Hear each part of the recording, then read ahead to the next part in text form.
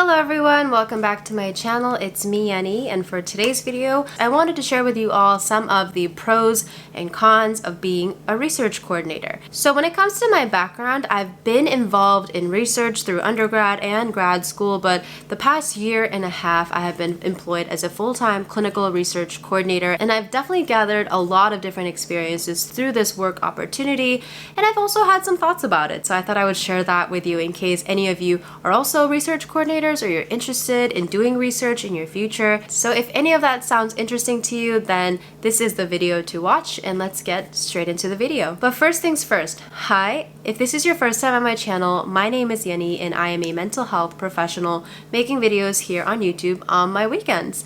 I make videos on mental health, psychology, social work, what it's like being a social worker, social justice topics, lifestyle videos, vlogs, really anything I feel like making and putting on my channel here. It's just really fun to do on my weekends. So if any of that sounds interesting to you, please make sure to check out my channel, and if you like what you see, subscribe. It would be awesome if you join my small corner of the internet. And with all that said, now we'll get straight into the video. So since I usually like to end things with a positive vibe and spin, let's start with the cons and then we'll end with the pros. Obviously, this is from my very own experience of having been a research coordinator, so your experience might be different. Disclaimer. So let's start with the cons of being a research coordinator. So the first con that I noticed right away when I became a full-time research coordinator is that the job is obviously, in retrospect, it makes sense. It's a lot less clinical than being a social worker. So I was doing a lot of back and forth of like social worker versus research coordinator. And since I was a social worker before this job, in case this is your first time here, I felt like the transition into this job wasn't too difficult, but something I did struggle with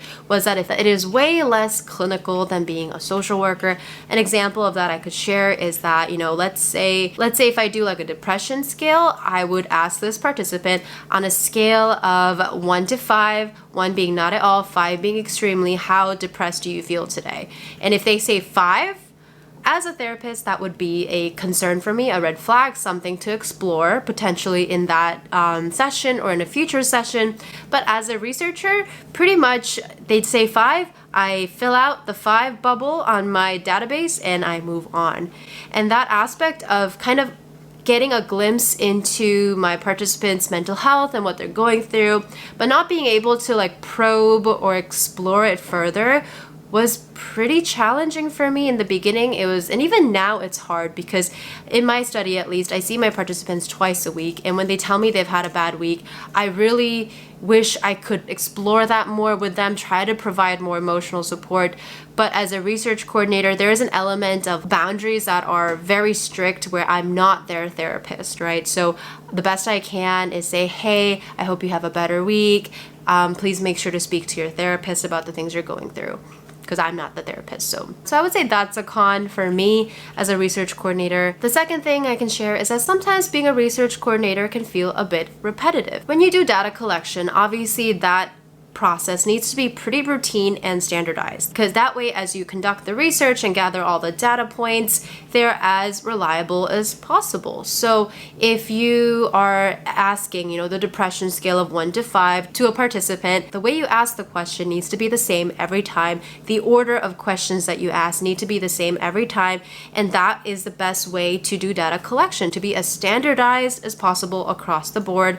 Obviously, with human beings being research coordinators, myself and my research coordinator colleagues here in Seattle, and we have another whole team over in Spokane, it's probably a little bit different. Everyone's styles are a bit different when it comes to data collection, but it would be best practice to be as standardized as possible. However, it can feel a bit repetitive. You feel like a robot sometimes asking the same exact questions 5 times a day for like 5-6 hours straight. So that's a con that I noticed. I can't not put this as a con of being a research coordinator, and that is financial concerns. It is notorious and it is so well known that research coordinators are paid absolutely nothing. It's very well known that there's so many volunteer research coordinator roles, so even finding a job that is a research coordinator job that is salaried is difficult. And I think that comes a lot from the fact that it's very competitive to become a research coordinator, because it's such an integral part of, I would say, the PhD application process. A lot of people interested in getting their PhD in something research oriented, they need research experience before even applying to these programs. So in a way that I think is kind of terrible. I think universities know that. So they know that there are desperate, like, prospective applicants out there who would do it for free if they can. However, a lot of the times, many people are not in the best financial situations, and it would be wonderful if more research coordinators could be paid in general for their work, because we work so hard. If you really think about it, research coordinators are like the ants who are carrying the heavy weight, doing all the heavy pulling when it comes to the research project. Obviously, there's the PI, the principal investigator, there's the postdoctoral researchers, all the people who have potentially created the measures that you are implementing during the research data collection process. But research coordinators were the ones out there talking to the participants, running around, putting up flyers around the city, and recruiting, talking to strangers, getting them into our study.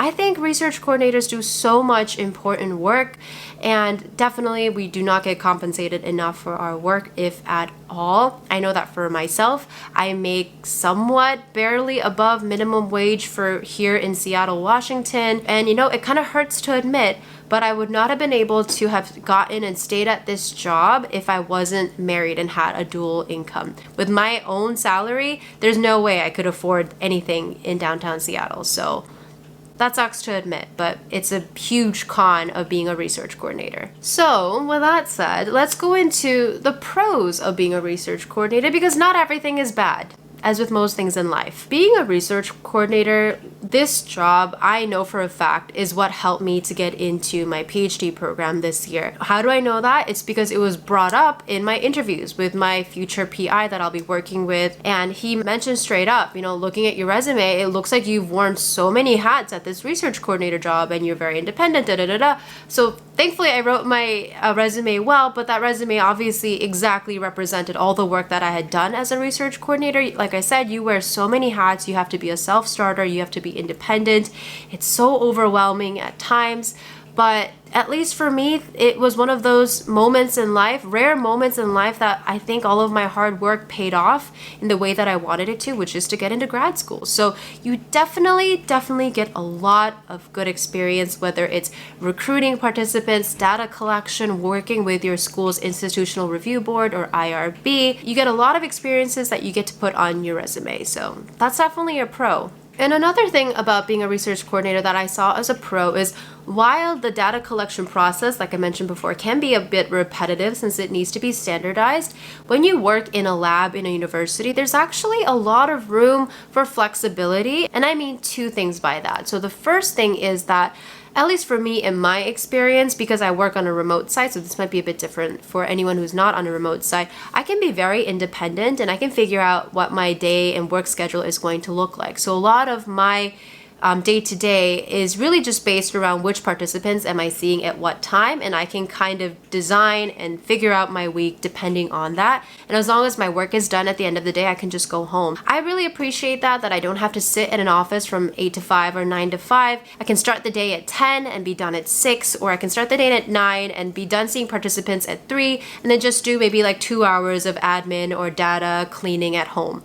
So I really appreciate that sort of flexibility and being able to be independent and free from sitting in the office from 9 to 5. And the second element of flexibility is that when you work in a big lab like the one that I'm working with, there's a lot of people involved in that lab doing all different kinds of research. So even if the job or the study that you are collecting data for isn't exactly your interest, I really believe there are other people in your lab who might be doing research that you might be more interested in or you might want to learn more about. So you could be working on this research study, and you could also be kind of recruited to start working on a manuscript for like a different type of paper that uses some of the data from your study, and you could kind of learn about paper writing, about publishing, literature, and manuscripts, and you can just kind of get your hands involved in lots of different projects. So I think that's definitely a pro, really good for your resume, really good for work experience, and kind of breaks up that like monotonous day-to-day data collection reality of being a research coordinator. And last but not least, I want to finish off the video with the biggest thing that I noticed that is super cool about being a researcher. And I feel like for me, having first been a clinician and worked in clinics providing treatment to patients and then becoming a full-time researcher, it gave me hope. And what I mean by that is I remember when I was a clinician, there were many moments where I felt like I wish I could have done more for my patients, and I felt the limitations of our society, limitations of treatment and resources and help and support available to the people in the community at large. And that was really heartbreaking. And that's the thing, for some people, treatment, therapy wasn't the best option for them, especially if they had to see me because they were mandated because of court.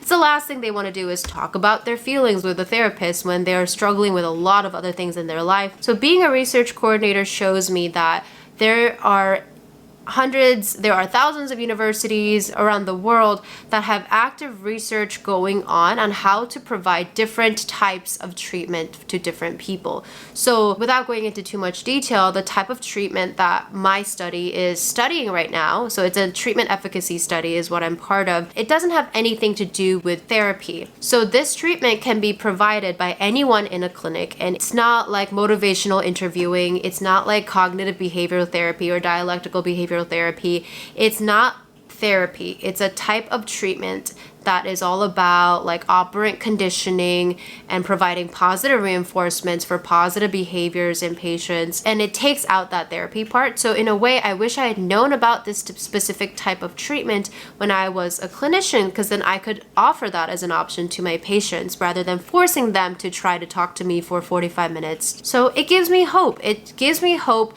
that there are wheels moving to make sure that treatment options aren't stagnant and that there is work being done to continuously improve the infrastructure of mental health treatment. So that was a huge pro for me. And also it really inspired me and excited me to be going into a psychology PhD program, because this job was also important to me in a way that I wanted to see if I enjoyed research, if I would see myself doing it.